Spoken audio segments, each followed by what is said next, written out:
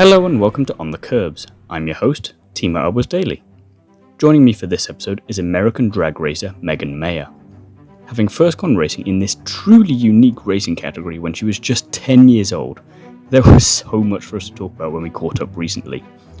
We go through her entire racing career, including when she was balancing being one of the best drag racers in the USA with going to school, what she's been doing outside of the world of racing, her future ambitions, and a whole lot more.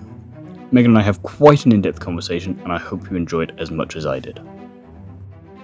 Hi Megan, thank you very much for being here today. First of all, how are you?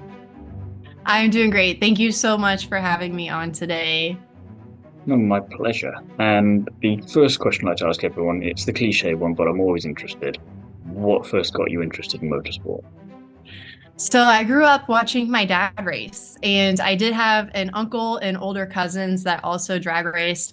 So I was literally around it since day one. And I have a little sister who also races. Her name is Rachel. And so we were just ingrained into it our entire childhood. And just growing up, I always wanted to do what my dad did. So we went through the junior dragster program and then stepped up to the NHRA Super Comp class. And I did that for about 6 years before I moved on to the NHRA Top Alcohol Dragster, which is what my dad had been racing since the late 90s. And so, like I said, that's all that I saw him do. That's all I wanted to do. He did race other classes before that, but I never really got to see that. So I was able to fill his shoes in as the driver in 2016. Did you ever feel like you would do something else aside from racing, or even in racing itself? Did you think there was ever going to be anything aside from drag racing, or was it always just like, this is it? Yeah, always drag racing. That was it.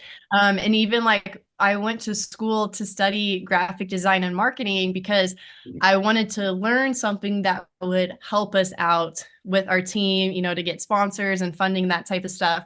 So it's always been about drag racing. And and my dad has no other hobbies. Like, this is literally all that we do. And so for me, like, I do have other hobbies now, but as a kid, like, it was just all about racing. I was going to say about that because your dad obviously in drag racing himself. Well, all the other family members you mentioned, that's all drag racing as well. Yes. Yep. It's a My proper family uncle is affair. the one. Yeah, my uncle's the one that actually got my dad started in drag racing, and they got That started in is the 70s by building cars and building engines for other people, and then they decided to build one for themselves to drive. And so I have 3 older cousins that, yes, they all were drag racing, and my little sister, like, she is way obsessed with drag racing and married another guy that races. So yeah, it's just in our blood. well, this is the thing because drag racing for me at least, I won't lie to you, I'm not an expert at this. It's still very much learning phase in some regards, but I'm kind of intrigued from the outside. It can seem a bit niche in terms of motorsport, in terms of how do you get into it. Obviously, when you're in a situation like yours, it's inevitable. But I'm intrigued. Why do you love it so much? What is it about this kind of racing that has infected everyone around you? Yeah, and you know what? I grew up at a time where we didn't have like social media as a kid. And so, but like I didn't have Facebook, or, MySpace wasn't the first one back then. But I didn't have that until I was like 8th or ninth grade. And so I was never exposed to any other type of racing. Like, kids will ask, like, why didn't you start out with go-karts? Because you could do that at an earlier age before you could get into the junior dragsters. And it's just because I honestly had never been around it. I never saw a go-kart before, other than, like, the indoor karting places where you can, Yeah, rent one, but they don't go very fast. not as So fast yeah, as so drag Dragster. racing, yeah, so that was like all I had been exposed to. And but like, I love it because drag racing, there's not much of gender inequality there. Hmm. Growing up back then, there wasn't very many females. There's the Shirley Muldowney, the Ashley Force, Brittany Force was, just getting her start back then. And there wasn't very many females, but they were all very well supported, and everyone was very welcoming in the community and in the classes, because we know we're all there to have fun, even though we are Hmm. competing against each other. Um, and of course, there's going to be some drama and gossip every now and then, but at the end of the day, it is When like isn't one there? That's big everything. family, right? So yeah, so like the people that I grew up racing with as a kid, some of them are still racing now. Different areas. Maybe they're a crew member, or maybe they're in the media if they're not a driver. And we have a very strong bond, and I just loved that bond that we developed really early on as kids, because we had to have an extra support system to help us at the racetrack when my parents weren't there, because my dad was off doing his own Hmm. NHRA races.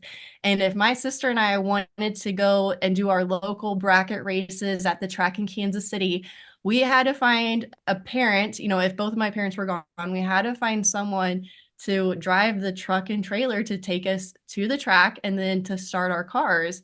And it wasn't until I had got my driver's license when I turned 16 that I was able to do that for myself. And my sister and Always I were love that kind of with racing self drivers. You can supported. go racing, but you can't actually get to the track yourself. Right. Yeah. So we learned really early on, like the discipline, if we want to do it, we had to do it on our own and kind of figure out, that support system and who would help us. And, some of those were the parents of the kids that we were racing. Maybe we beat them, but the parent was still helping us out. So, yeah, there's a lot of strong bonds there in drag racing, and it is a lot of fourth, second, third, generation racers. My sister and I are second generation racers now. And it's very family oriented. There's a lot of supports. And like I said, there's not much gender inequality there in drag racing, which unfortunately happens in other motorsports.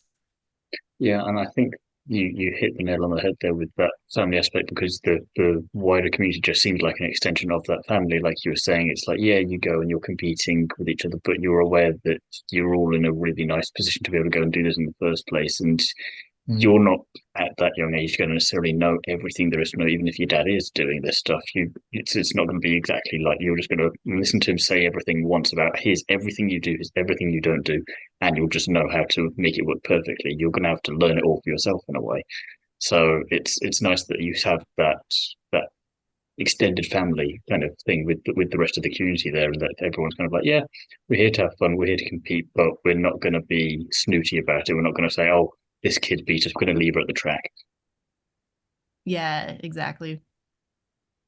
But age 10, you were given the opportunity to get into a junior dragster, which I had a look at those, and I'm just thinking, age 10, that seems insane.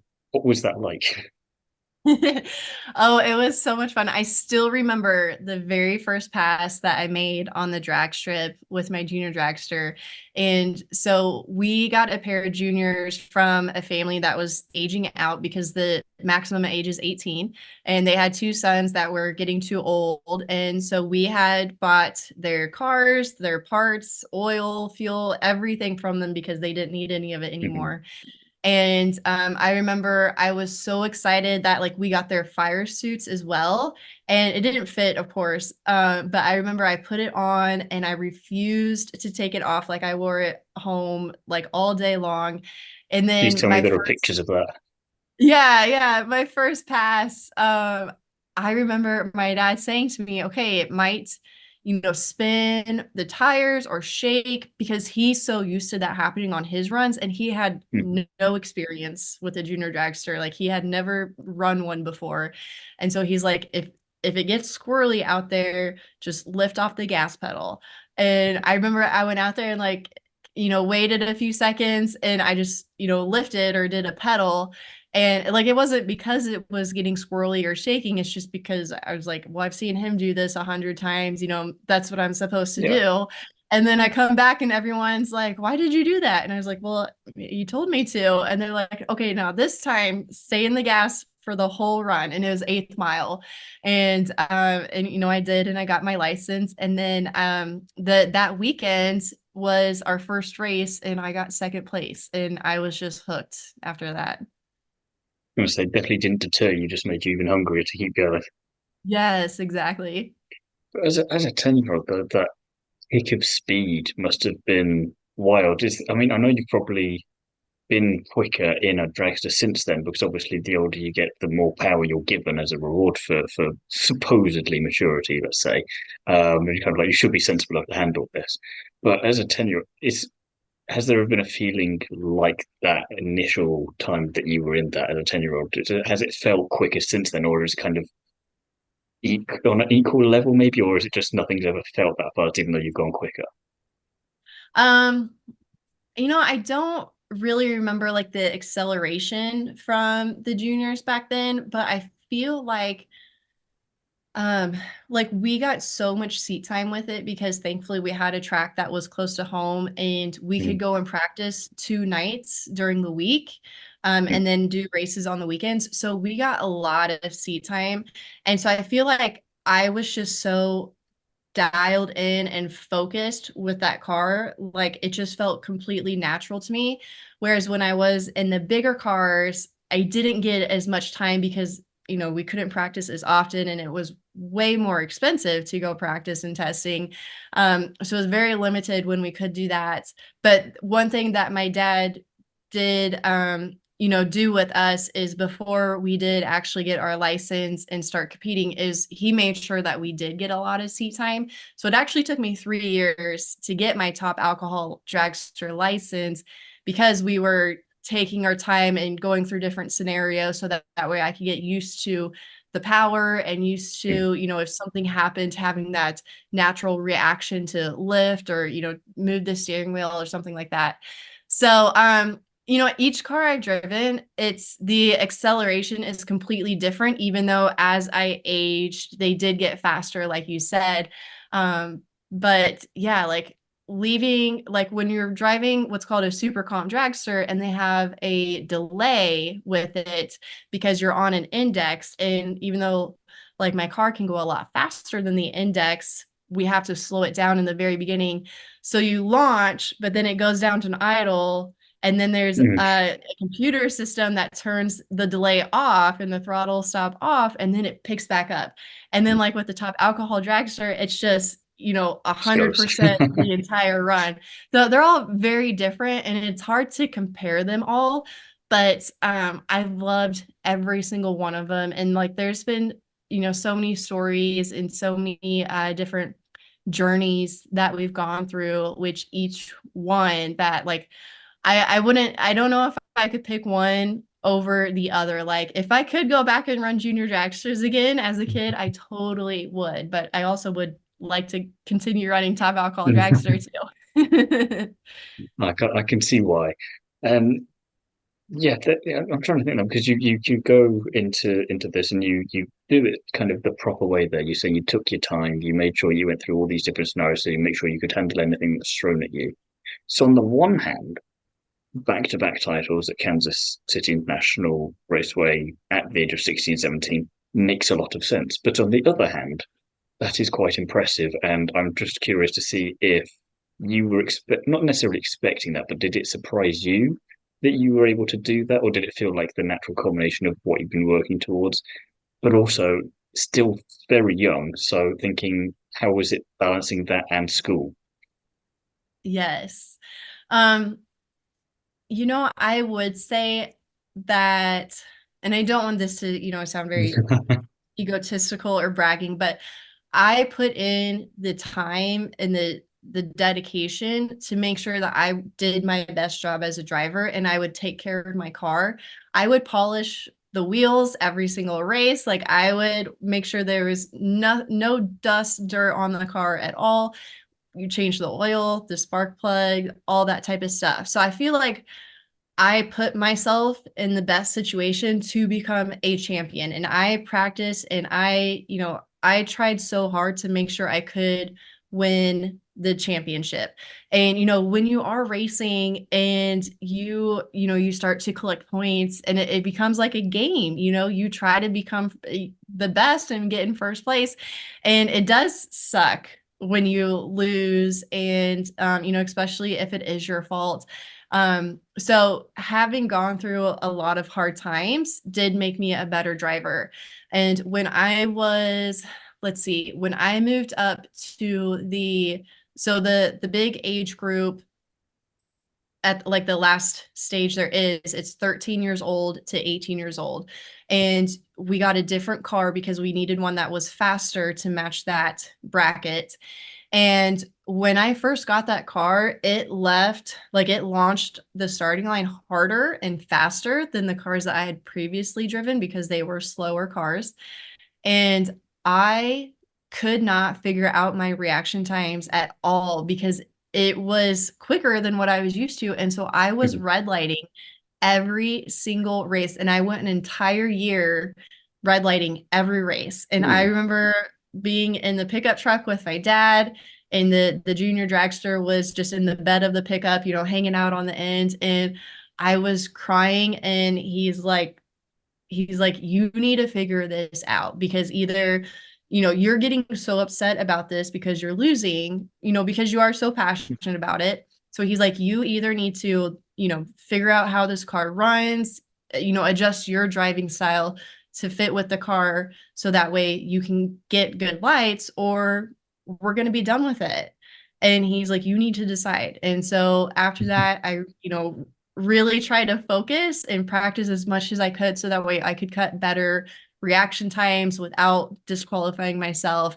And it took a couple years before I did get that first championship, but once you get that It felt taste like it of was earned. victory, it's yeah. And so I was able to follow up the following year when I turned 17. And then 18 years old is the last age group that you can run. And I remember we pulled up to the track. I was second in points. It's the last race of the year. And the way how eliminations went, the guy that I was battling with for first place, I just had to make sure that I go one round better than he did. I didn't have to win the whole race, but I just had to go one round better. And he won first round. It was my turn to go, and I got cocky, and I drove like I had a decent light, but I broke out at the end, which means I went faster than the index, what we're Mhm. allowed to go. So I was disqualified from the race because I just stepped on the gas and drove it the whole way because I was like, this is easy. I've got it. No big deal. And then it turns out I lose because I broke out. And it's like, wait a minute. It's like, oh no, like I just lost the It's championship. realization. It was my last race because I was aging out. And it was Hmm. also the last race at that track in Kansas City because it was shutting down. Hmm. It's like, Oh. oh my goodness. Like, this is how I just ended my junior dragster career. And I ended up going back into third place for the points championship for that year. And so I was like so disappointed in myself and so defeated because I didn't get that third championship. Mm. And so when I did move up to the next class in the next car, I was very determined to, having to restart that whole process of learning how to drive a new car, how to become the best driver with it, how to make sure the car is also doing the best as well. And so it's a whole process, and sometimes people get it and sometimes they don't, and it happens. Well, I was going to ask there a couple of questions with you saying that you had, in some ways, less to do to win. And I was going to say, did that take the pressure off for you? And in some ways, yes, but not in quite the right way that you would have maybe have hoped because it went too much in the opposite direction then. Um, Yeah. and you're saying about the red lighting with when you first got into this next step up at the time. How did you overcome that then? Was it just a simple case of practice, practice, practice, or was it a lot more than just keep doing this until your reactions are matching with the car? Or was there other stuff that you were able to bring into it, or was it just I've got to repeat this as many times as is physically possible? Yeah, being that young, it was more just about the practice.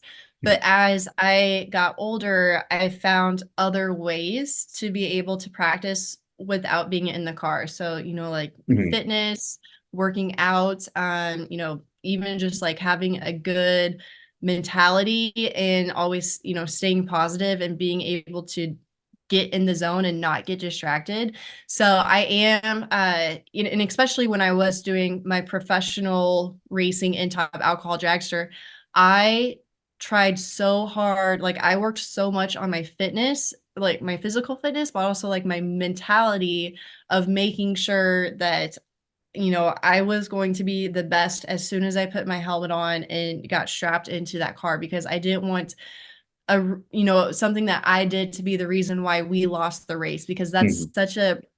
it's so hard on the driver when you have a whole crew there, you have family, friends that are all there to support you, and they put all this work in to this car to make sure the car is perfect. All you have to do is drive, which sounds a lot easier than it is, and then you go out and red light or something happens. So yeah, so I try so hard to make sure that I am the best, and it takes a lot of time. And I'll be honest, there are drivers out there that they could be champions and they could be a lot better if they put the time into it, but I know life and work and family gets in the way. And so thankfully I was young enough, I didn't have those pressures on me, like I do now. Mhm. And so I was able to put the time and commitment into physical fitness, mental, personal development, getting different coaches, get different mentors, all that type of stuff. And their advice and all that worked. Or was it balancing school with that then? Because, like you say, I'm sure that you, with this determined mentality, were just like, can I not just do this 24/7? I need to get this red lighting down. I need to stop doing that. I need to improve this, this, and this. And we just forget about that. I'm not going to be interested in any of it anyway. But I'm guessing you still had it. Yes. So, and my dad was very strict on our grades. And so he held a very high standard because he struggled with school. He did not do well. And so, but he had a very high bar set for us. And we were not allowed to get a B or below. If we did, we were grounded. So we had to get all A's. And so I had to, again, like put as much time and energy Mm. as I was into racing as I did into school to make sure I got good grades. And I actually really enjoyed school. And I think that's why like I do what I do now, is because I still have that passion for education and learning. Mhm. And so yeah, like it was just not allowed to get bad grades, or else, we'd be grounded, couldn't go to our I friend's suppose it's a house. good motivator. It's like you can't Yeah, do this unless you do this. I'm like, fine, all right, let's yeah, make it happen. yeah, exactly. So, yeah, like I loved like writing classes, English, that type of stuff, more of the creative classes. I didn't do well with science and history and math. I actually did quite a few business classes when I was in high school, and then which led me down to studying marketing in Yeah. college. And so I really liked those, and thankfully like we had good teachers and staff that understood that, like, hey, I had to be gone on Fridays, because we were going to the racetrack, or leave a little bit earlier than that. And so thankfully they were accommodating with, homework and tests and that type of stuff. And especially when I was in college, because the drag strip was literally like 20 minutes from campus. Yes. And so everyone, all the faculty was very familiar with the drag strip. And I don't believe I believe there was, like, other kids racing there, so it wasn't something new and uncommon Hmm. when my sister and I got there and we're like, "Hey, like, I'm gonna go to class, but then I'm going racing." If we do miss a class, you know where we are. Yeah, exactly. So you mentioned your dad there as well, strict on that side of things. But if I did my homework correct, you also competed alongside him. So what was that like? Was it a bit of a rivalry? And obviously, I've got to ask, which one of you is quicker? So, between my dad and I, we only did 2 races together, which I Was wish that we because could have that was where the done limit more. was reached before it was going to be an issue, or was it just how things No. worked out? No, it was just his decision to, so that was in 2015, and, so I was graduating from college in December of 2015, and so that summer, He let me do 2 races as, just to get my feet wet before we actually did the big national Mm. events. And so those 2 events that I did, he also raced at. And at that time, we were still new to running 2 cars because usually we were just a 1 car operation. My dad was the driver, my mom was there, and then we bring in 2 or 3 crew guys, and that was it. We had some experience with running a second car out of our trailer and out of our pits. But it wasn't very successful. It didn't work well for us. It was just too much. So they got rid of it. But then when I stepped in, they were like, okay, like they got a second car for me to drive. And they knew that in the future, like whenever my sister was going to come up when she got old enough, we knew it was going to be us together. And so those 2 races we got to do is also us testing how it would be running 2 cars out of the same trailer, the same pit. How many crew guys do we need for each car? Who can go back and forth Mm. and be like a floater? So, we were learning all that stuff at that time. It's And very and then of glorified course test run in some respects.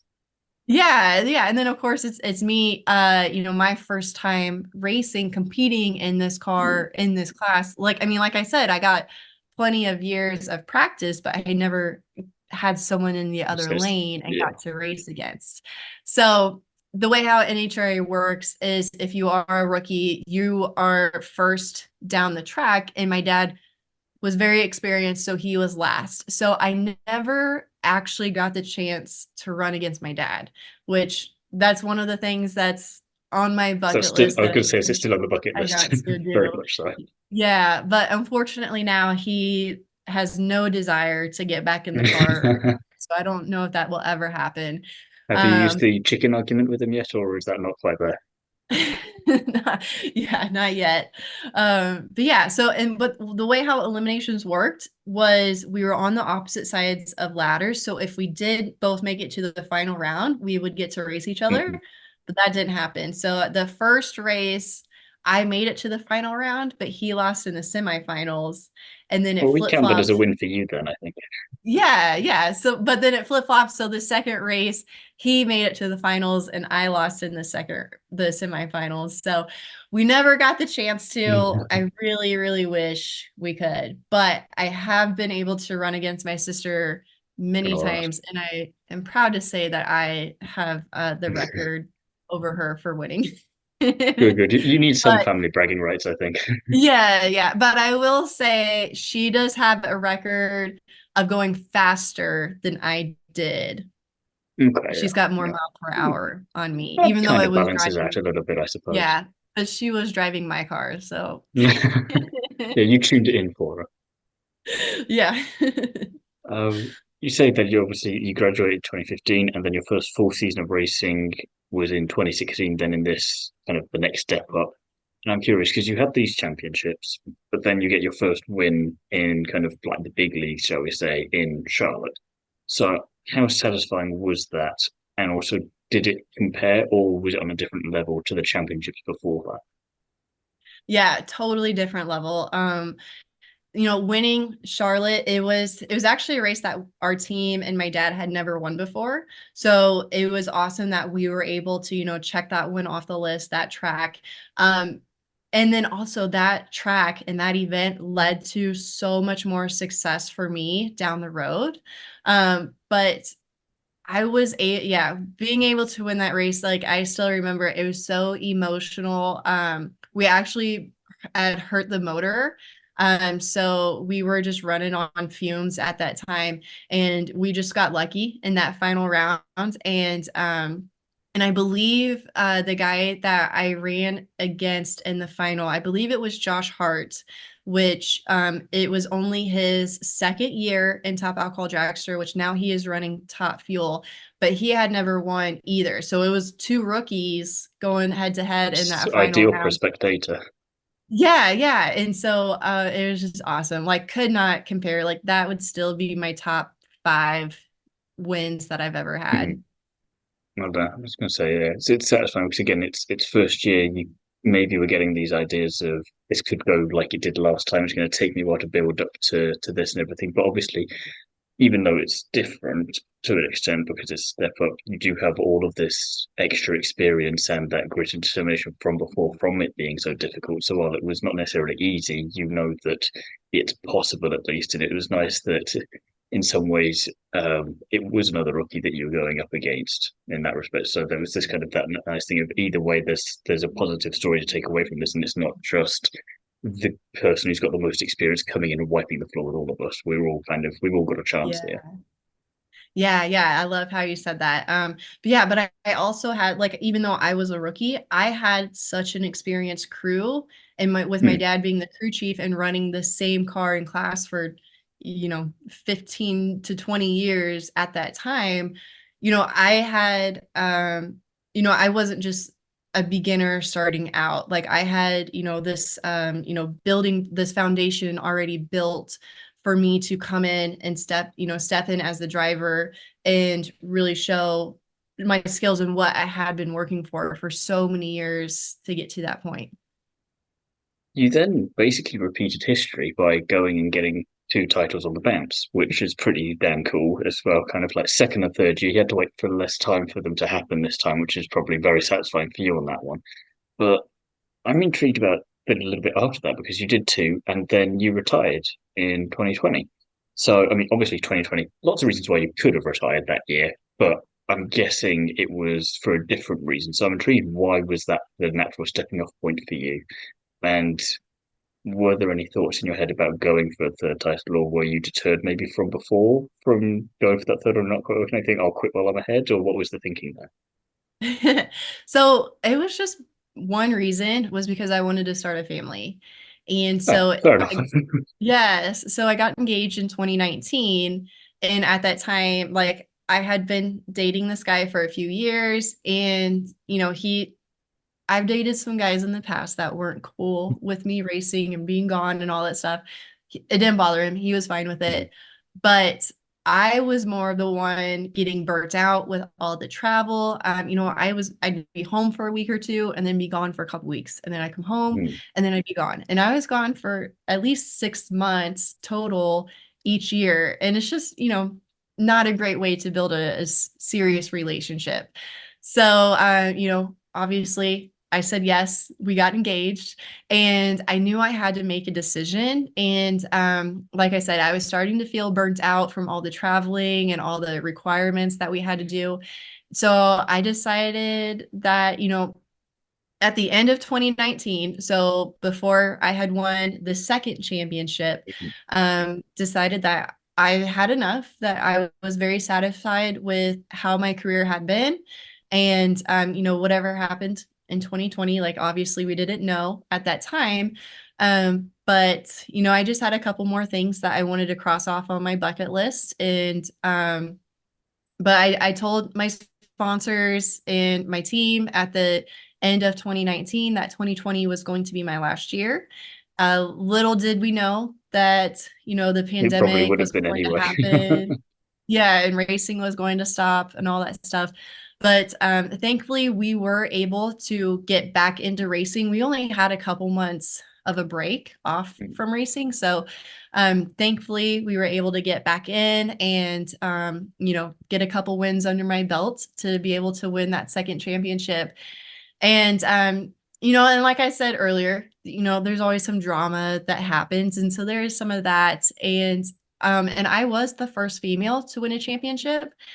And I will say that, like I said earlier, there's not much gender inequality. The car doesn't know if it's a man or a woman driving the car. It's just a car.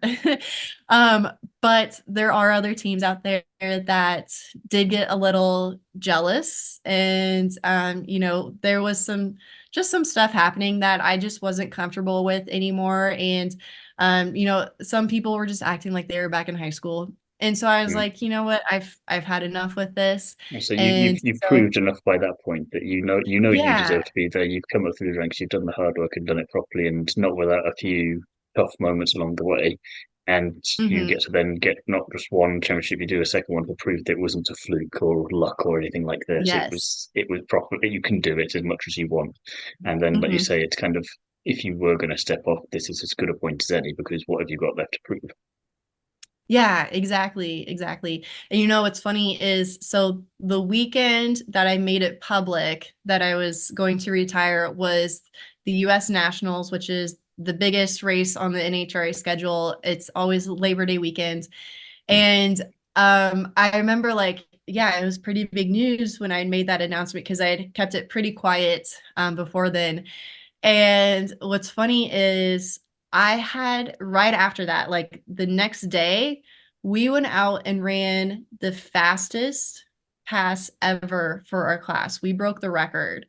And then people were saying like, "Oh, that's a fluke, Mm. you something happened, maybe they're cheating, something like It that." couldn't just be quick, could she? Yeah, so then we went out the next round, the next day, and did it again, but beat our record again. It's just, one of That those things to extra kind of level of smug tease people. satisfaction there, just to go, I'll stick it to you again. Yes. So which the record has not been beat since then. And so which so it's the quarter mile elapsed time, which is 5.090 seconds. And before that it was 5.11. So I got it by just a couple thousand That's all right you there. need. But yeah, yeah. But no one has broken it since then or really come close. So I'm always wishing like, okay, maybe if someone does, maybe I'll have to come back just so I can, do it again. And Probably be your if sister. it was that easy. But yeah, so yeah, I was very satisfied with my career. We were able to, set some records, get some awards, win some races and championships. And it really did like set the stage then for my sister to come in and be my replacement because I got pregnant immediately after my last race. So, and I had actually got married like the next week after our No waiting or no, around. sorry. Okay, hold on. I think so. We got married before my last race, and then I got pregnant right after that. So then my sister came in. So and she had also been racing at this same time, but she was not doing it on a full-time schedule like I was because she she had a career. She's an engineer, so she's following that path, and she would just come and race on the weekends whenever she could. But then she kind of saw the success I had. And she was like, and she's also the one was like, well, I want to do what my dad did growing up as well. So she came in to be my replacement in 21 and she drove my car. And like I said, we had such a solid foundation with an experienced car and crew chief that it set the stage for her to then win the championship in 2021. Yeah, it's quite nice that you were able to leave in such a smooth exit, but also kind of set up, if I'm going to use the word, your legacy with it, with kind of the continuation. You pass the baton on. You go out there, you win that second title, you set a couple of new records just to give it a bit of extra gumph on the way out, and then your sister comes in to kind of keep the family going on that side of things, because there's always going to be at least one of you racing at this point, I'm guessing. But then legacy wise, you've still done a lot of stuff with motorsport on and off track since then. So I was wondering if you'd talk to me a little bit about that. And Mocan FW is one of the things I'm kind of intrigued about because I saw it when I was doing my homework, but I wasn't quite fully across it. So tell me everything. Yeah. So like I said earlier, I studied graphic design and marketing in school because I wanted the skill to help me with racing. And I was able to start a freelance business, also helping other teams. So, and this would also be my homework for school. Like in the, printing labs, we'd have to learn how to screen print t-shirts. And so of course I do like a racing design and I print them and then I sell them to people. But so I was doing this for our team, but then also for other teams. And because all of the marketing materials that we needed for my dad to race, someone to take pictures, someone to take videos, someone to write press releases, talk to sponsors, go to the trade shows. He wasn't well at any of that. Like he barely knew how to use a computer. So I was the one that had to learn how to do all this stuff. And then like I just fell in love with that side of racing as well. So and actually another one of my homework assignments in college was to start we had to do a Facebook page, an Instagram, a YouTube, a Twitter, and have a blog. And our homework for that class, it was like a social media class. Hmm. And our homework was we had to post on each platform, at least once a week, and we would get graded on it. And it could be about any subject. So of course I do one for our race team. And that's really where I learned how to do marketing online and, social media content. So when it was my turn to step up into the pro ranks, I was obsessed with social media, and I was really one of the first ones that constantly posted about what we were doing. So whether it was back home at the race shop or traveling to the next race, or showing kind of behind the scenes of what we're doing, videos of me putting my helmet on, suit on, GoPro videos. Like, no one had ever done an on-car GoPro video before, and I was like the first one to do it, and people were like, I've this just been is making sure that amazing. stays on the car and it's as stuck on there as possible because that's going to go Yeah. flying otherwise. Yeah, we did have a couple break off. And we're really not allowed to do it anymore now, but I can get away with it. But so yeah, so like I was able to meet fans and then have them, continue that relationship on through social media. And, I just loved it. And so I did help a couple other teams as well. So if I wasn't driving, I was out taking pictures and videos of other teams and other drivers, posting on their social media pages. And actually, when we were quarantined for COVID, I was, stuck at home, nothing to do. And I looked at my to-do list, and on there was like, I wanted to create something to help teach people about how to make good social media content, how to promote their sponsors, how to use Facebook and Instagram and YouTube and all that type of stuff. And so I had all this time on my hands. And so I made a course, and I opened it up, and it just, all I did was promote it on social media and sent out a couple emails, and just had tons of racers from all over the world, not just people in NHRA drag racing, but they bought the course, they went through the training and the videos and started to, get an increase in followers or get sponsorships because they liked their content.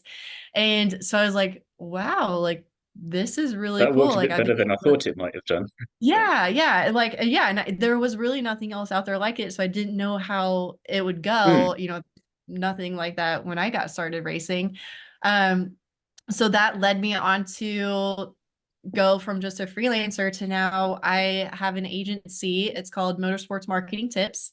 And we now do social media, marketing, branding, anything that a team or a racer would need. I want to be just like a one-stop shop. We can handle everything you need, from getting a sponsor to doing all the deliverables, all the branding, delivery, all that type of stuff. And then, of course, the renewals, the contracts, proposals, all the other stuff that you don't see to keep that sponsorship and the partnerships going. So I just love it, what I'm doing now. And, kind of like what I said earlier about how I loved school and learning. I'm constantly reading different books. I'm always taking other people's courses and classes to learn, what's new or what's trending, or different ways to do marketing. And of course I do have some really great personal advisors and mentors that Hmm. help me out. So yeah, I just and this, I had no idea what my retirement would be like, but I feel like I'm doing exactly what I need to do. Yeah, it does feel like from what you're saying, the natural extension in a way of what you were doing there before. It's kind of you were doing it, but obviously your main focus was the racing, whereas now you don't have the racing, so it kind of gives you room to let that side of things breathe a bit, and it keeps paying it forward, like you were saying before, and kind of like in the same way that your sister is kind of filling into your shoes now and is doing her own thing with it. This is the way to try and get the next generation and the next generation kind of give them the tools that, like you say, you didn't have it because they just didn't exist in the first place for a lot of it. And this is the way to make sure that they can capitalize that and hopefully grow whichever area of motorsport or sport in general that they're involved in. Yeah, yep, exactly. So, I'll ask the question then: future ambitions. Do you have any kind of ideas for wanting to get back into racing at any point, or is there anything where you've just kind of, oh, that looks interesting? And if so, is it anything other than drag racing? So yes and no. So I am back in drag racing, but very, very little. I did 4 races last year. I was able to win one of them, which I had to take out my sister to do so. And then she took me out at the next race so she could win it. But we finished second in that point series for that series. But we are not going to be doing that this year. I am like 4 races doesn't seem like much, but that was still a lot of work to do. So I am cutting back. I'm only going to be doing 2 events this year. I don't think we'll be adding on any, but my first one is coming up Memorial Day weekend. We'll just be doing some match races. And so I'm just going to be out there racing against my teammate to put on a good show for the crowd.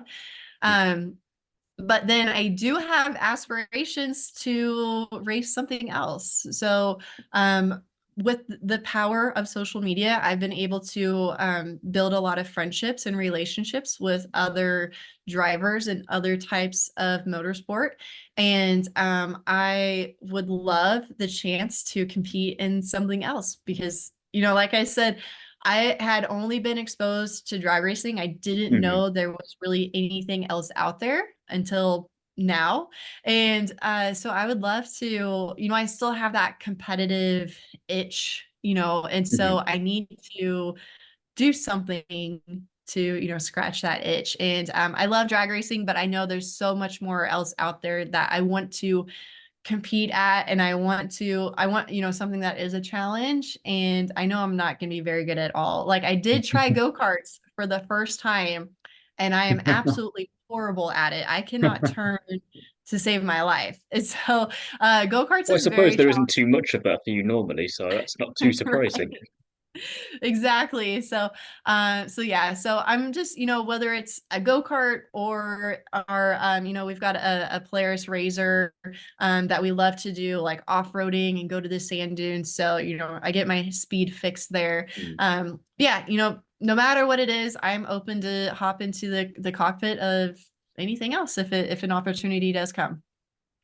Space. Couple of fun non-ish motorsport questions to finish off with then. If you hadn't gone into racing, and I'm not going to let you use the business marketing side of this to answer this question because that seems too easy, what do you think you would have done instead? Has there been anything else that you've been interested in where you think if everything else hadn't happened, you would have maybe liked to do that?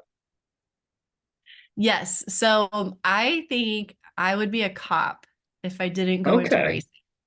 Yeah, I think Is this still speed related so you can get in the police car and just no, I think so I am a stickler for the rules. Now I do speed. Like I'm like, okay, I'm not one that goes to speed limit. I would do speed. Um, but every other driving rule, like I am a stickler for. And so I think because I'm so like type A and like I'm like, these are the rules, like this is how you do something. I Mhm. think I would be a really good police officer. I say I don't ask that question too often, but I don't think I've ever had police officer before, so that's quite fun. I was going to say, pretty interesting. Yeah. Well, Um, and if you get to go fast, like on a chase, I mean, I don't know. yeah, you're not going to be complaining if someone's trying to get away. Oh, excellent, right. Yeah. Um, and then just because with a career like yours, there's probably so much more we could talk about. That'd take a whole other one or two interviews at least. But I'm intrigued then. What is something that, when you've done all of these kind of interviews before, what is something that you always wish you'd get asked about but haven't really? Oh, I don't know. That's a good question. I don't know. No, I'm just intrigued because sometimes I'm thinking that still people they always get like the same handful of questions over and over, and then there's that one thing they want to talk about and they never get the chance for it. It could be something completely random, nothing to do with motorsport at all, or maybe it's this one race that somehow flies under the radar. But maybe there's not anything in this case, and I should try this with someone else. Yeah. No, I think we like kind of touched on everything. So yeah, I don't think we missed anything. Well, no, it works perfectly fine for me. I was double checked. Well, it's been an absolute pleasure chatting with you today. I want to thank you very much for your time and wish you the best of luck with everything that you put your mind to for the rest of this year and beyond. There, and I'm very intrigued to see where you're going to end up in the racing scene next. Yeah. Well, thank you so much. I'm glad we were able to do this. I really appreciate it.